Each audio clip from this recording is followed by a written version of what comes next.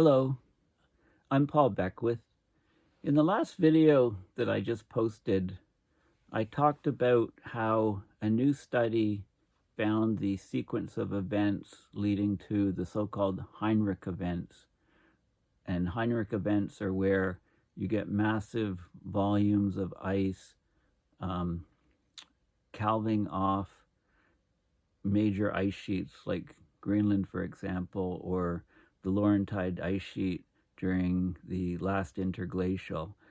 And these icebergs are carrying rocks and sediments from the land, and as they cross the North Atlantic, cooling the water, making it fresher, melting out, they deposited the embedded sediment and rocks onto the ocean floor, and it built up in the sediment layers. So when these Heinrich incidents occurred, there's a record in the marine sediment cores, and it basically turns out that the AMOC slowed down or stopped.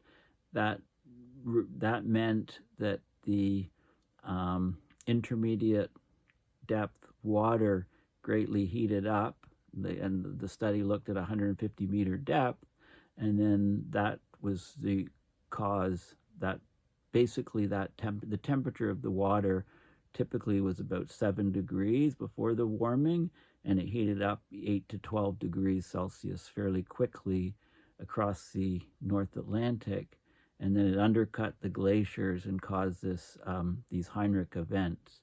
Well, of course, there's lots of methane clathrates in the sediments, and with warming of the water above the sediments in relatively shallow water on continental shelves, the heat can go down into the sediments and thaw out the methane hydrates.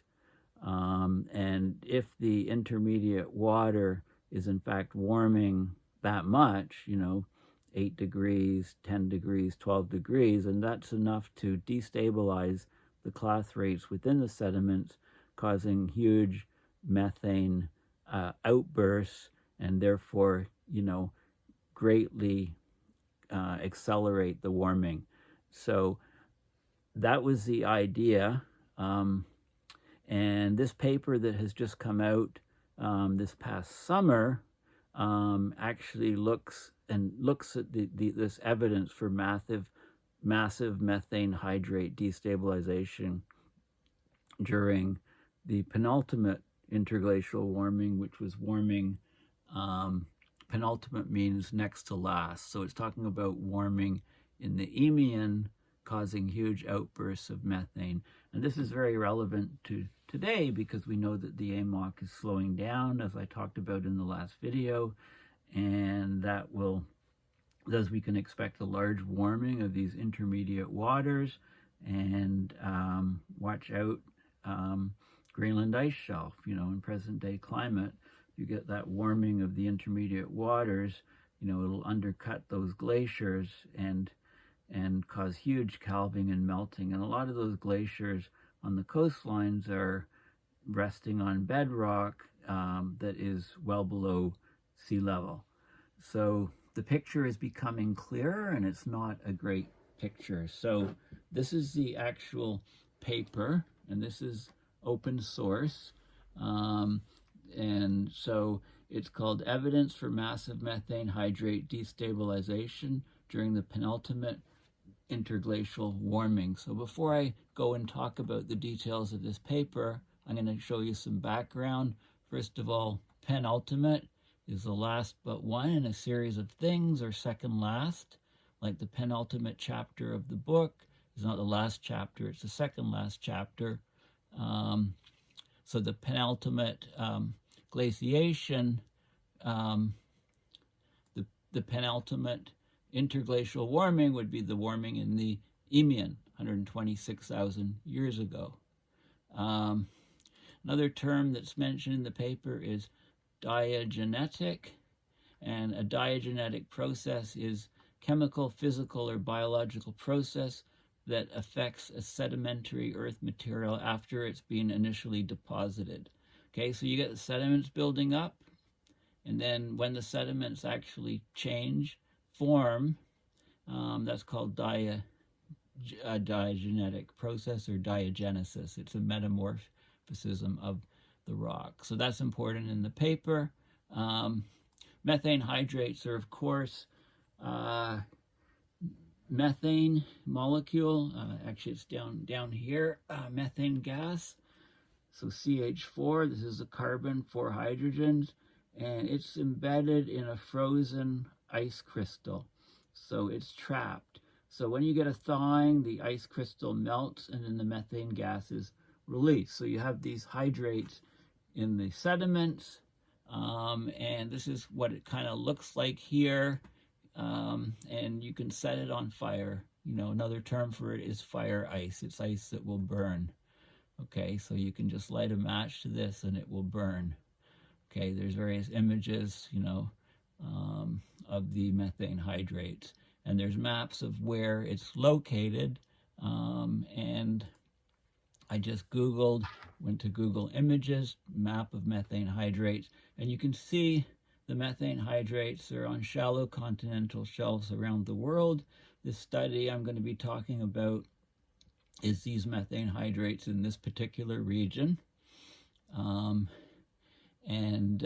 There's lots of other sites here, like estimated methane hydrate occurrences in the world. This is kilograms of carbon per square meter. So low concentrations, the orange to the high concentrations of the methane hydrates. It doesn't show many here, but they're on all the continental shelves. This is where the study is being done that I'm going to talk about. So it's the Gulf of Guinea, in this region here, just off Africa. Okay, and this is the thermohaline circulation. So when this current actually slows down, then less heat is transported up north, so the heat builds up in this region and it increases the intermediate water. Okay, so those are some of the key factors before I talk about this paper. So this is the significance of the paper. The results show an exceptionally large warming of the equatorial Atlantic intermediate waters and strong evidence of methane release and then oxidation of the methane, almost certainly due to massive methane hydrate destabilization during the early part of the penultimate warming episode, the Eeemian, so 126 to 125,000 years ago.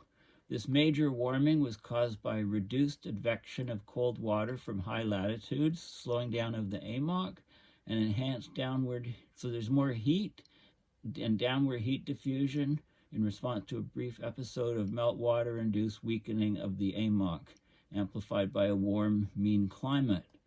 So these results highlight climate feedback processes associated with the penultimate climate warming that can serve as a paleo analog, if you like, for modern ongoing warming. We know that the AMOC is slowing down now, so we can expect huge increases in temperatures of the intermediate water, and therefore a thawing of the methane hydrate. So this is very, very serious stuff. Okay, so let's go through this paper in detail. So when you look at a paper, look at the abstract, look at the figures, look at the conclusion. So that's what I'm going to focus on. So the abstract: the stability of widespread methane hydrates in shallow subsurface sediments of the marine continental margins is sensitive to temperature increases experienced by upper intermediate waters. Destabilization of the methane hydrates and the ensuing release of methane would produce climate feedbacks amplifying and accelerating global warming. Hence, improved assessment of ongoing intermediate water warming is crucially important, especially that resulting from a weakening of the AMOC, the Atlantic Meridional Overturning Circulation. Our study provides an independent paleoclimate perspective by reconstructing the thermal structure and the imprint of the methane oxidation throughout a water column going down to 1,300 meters. So the previous paper was just 150 meter water depth, but this is the whole water column. They looked at a sediment sequence from the eastern equatorial Atlantic, the Gulf of Guinea. Okay, and I showed you the map here, the Gulf of Guinea. This is the equator here. This is, I think, if you look down here, this is 10 degrees north. This is the equator here. Okay, so the Gulf of Guinea, it's looking in this region where there's lots of hydrates. Okay, eastern equatorial Atlantic, the Gulf of Guinea, a region containing abundant shallow subsurface methane hydrates. They focused on the early part of the Eeemian, and they present a hitherto undocumented and remarkably large intermediate water warming. The water actually warmed 6.8 Celsius in response to a brief episode of meltwater-induced modest AMOC weakening centered at 126,000 to 125,000 years ago. Okay, so the water temperature was about 7 degrees Celsius, and this corresponds to what I talked about in the previous video, and it warmed about 6.8, so it warmed up to about 14 Celsius, and this significantly exceeds the stability field of the methane hydrates. So in conjunction with this warming, the study reveals also there's an anomalously low del13C, so this is isotope work, spike throughout the entire water column. So this is a primary, and this was measured in single and pooled shells of different forams, phytoplankton, foraminifers. This extremely negative del13C excursion was almost certainly the result of massive destabilization of methane hydrates. Okay, the study documents and connects a sequence of climatic events and climatic feedback processes associated with and triggered by the warming in the Eeemian that can serve as a paleo analog for modern ongoing warming. Okay, so this is, like I said, extremely significant. Okay, so the temperatures of these intermediate depth ocean waters, it impinges on the marine sediments that often contain potentially unstable, shallow subsurface methane hydrates. So an understanding of the things that cause this intermediate water to warm up and the extent of the warming is very, very important, especially in context with present-day ongoing global warming. Simulation studies have suggested the warming of the intermediate waters has been limited to only 1.5 to 3 Celsius, so this warming would be insufficient to significantly affect the stability of the shallow subsurface methane hydrates. However, the warming is actually up to 6.8 Celsius back 126,000 years ago, and that is certainly enough to destabilize the methane hydrates, and they measured the isotopes in the sediment cores that were deposited at that time, and that shows that methane, vast amounts of methane came up, and it's also was detected in the ice cores around the world at that time period, showing high levels of methane. The magnitude of the intermediate water warming is amplified by the meltwater-induced weakening of the atmospheric and ocean circulation, and this amplification is not considered in the simulations that examine potential gas hydrate destabilization. Okay, a simulation study thought that the contribution of a weak AMOC to the intermediate waters was much smaller, but this is clearly not correct in this study. They found warming of the intermediate waters by 3 to 5 in response to a meltwater-induced AMOC weakening is a robust feature of the last deglacial. Okay, and you can also find pockmark formations on the ocean floor, which were created by methane bubbling up in vast quantities leaving pockmarks on the ocean floor. So think of, the methane hydrate releases from the permafrost causing the sinkholes in Siberia, in the Yamal region, part of peninsula of Siberia. Okay, same sort of thing on the ocean floor. So you can find pockmarks on various parts of the shallow continental shelves of the ocean floor that show vast amounts of methane release in the past.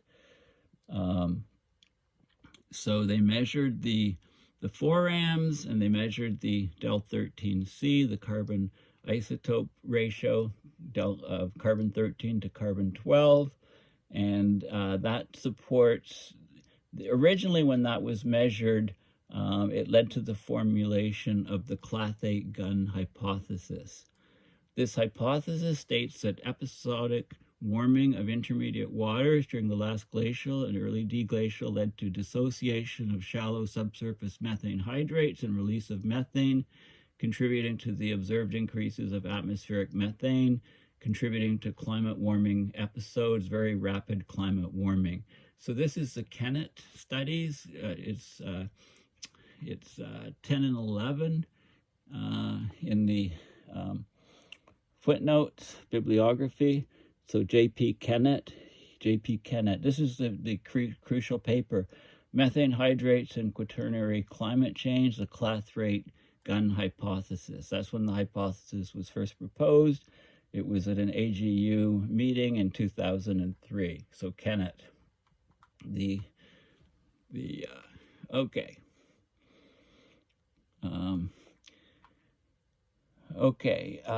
The key findings of this study add to a growing body of observational findings that strongly support the Clathrate gun hypothesis.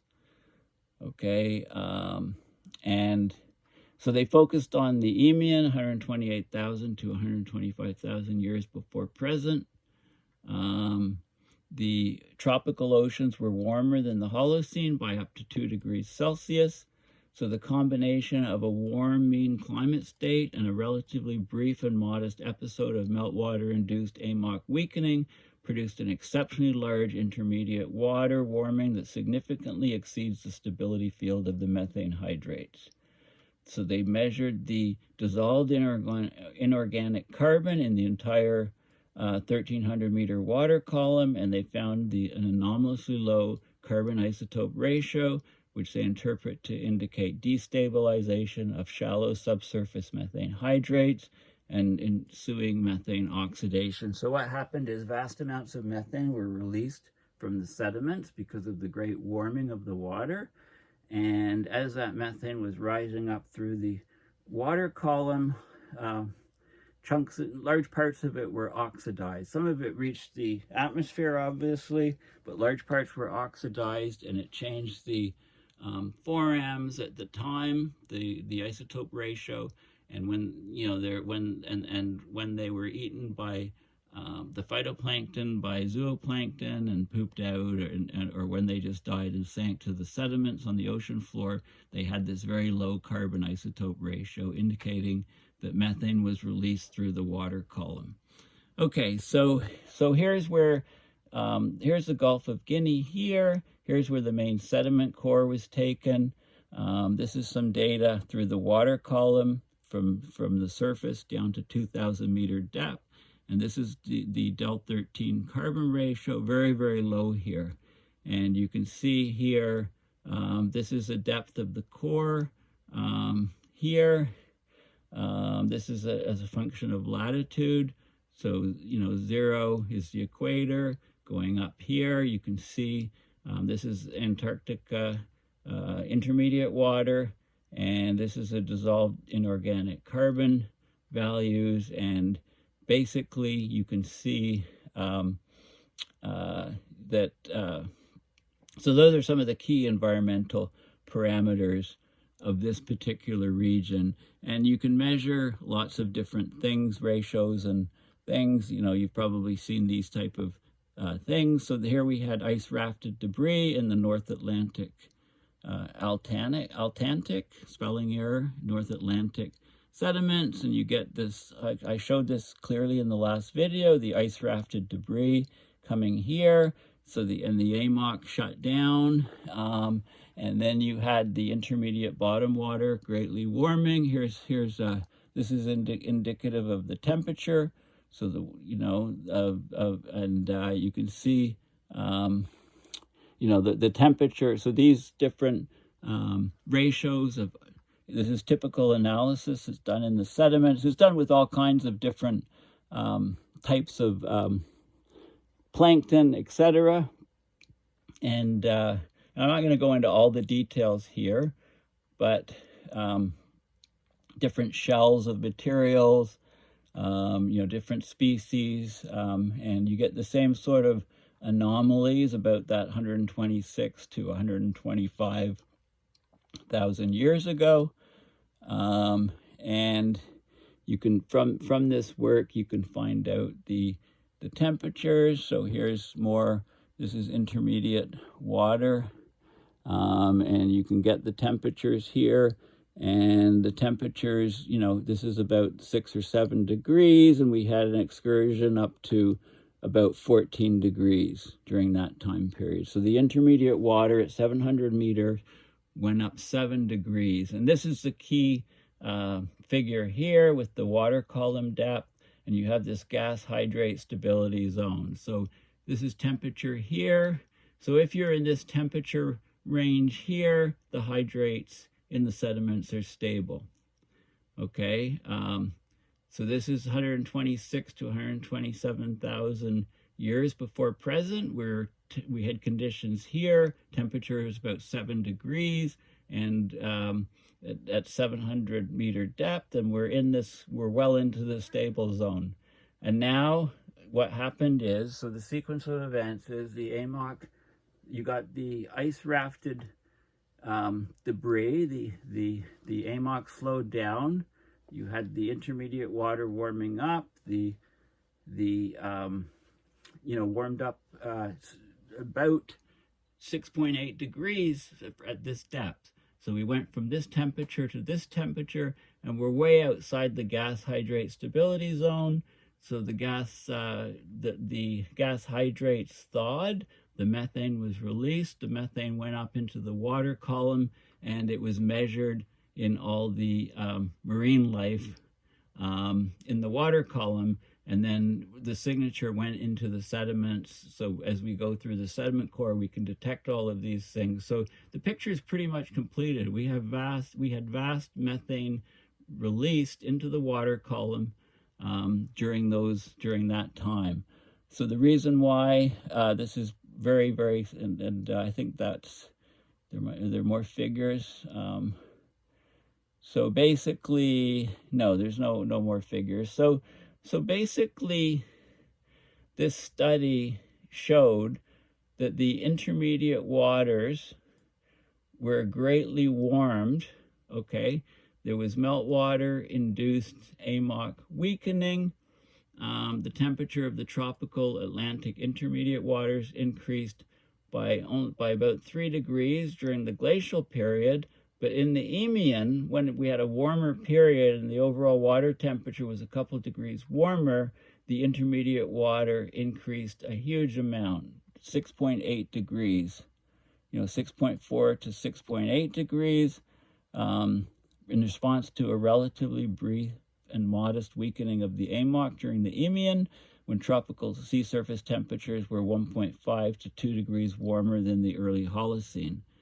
So this, basically, the weakened advection of cold high-latitude waters had the effect of strengthening the influence of downward diffusive heat. So instead of cold water, warm water going up to the Arctic, sinking down, cold water coming south, that process stopped. You didn't have the cold water coming south, so the water in the intermediate waters in the tropical regions greatly warmed because of downward diffusion of heat from the warm surface waters.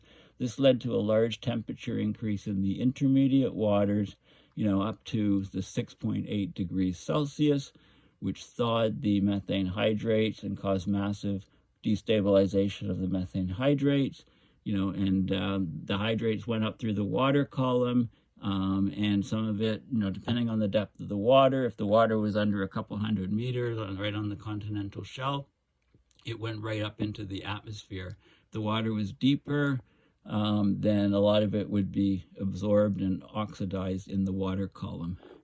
Okay, so in conclusion, they've investigated a sediment sequence from the eastern equatorial Atlantic. They used a huge range of environmental proxies at high resolution, time resolution, and it's in chronological order. The records reveal an episode of major destabilization of methane hydrates during the early part of the warm period, 126,000 years before present to 125. That's the Eeemian warm period. This episode of methane hydrate dissociation was caused by an extraordinarily large warming of the intermediate waters, 6.8 degrees Celsius, and that's linked to the meltwater-induced weakening of the AMOC during the ongoing climatic warming at that time period.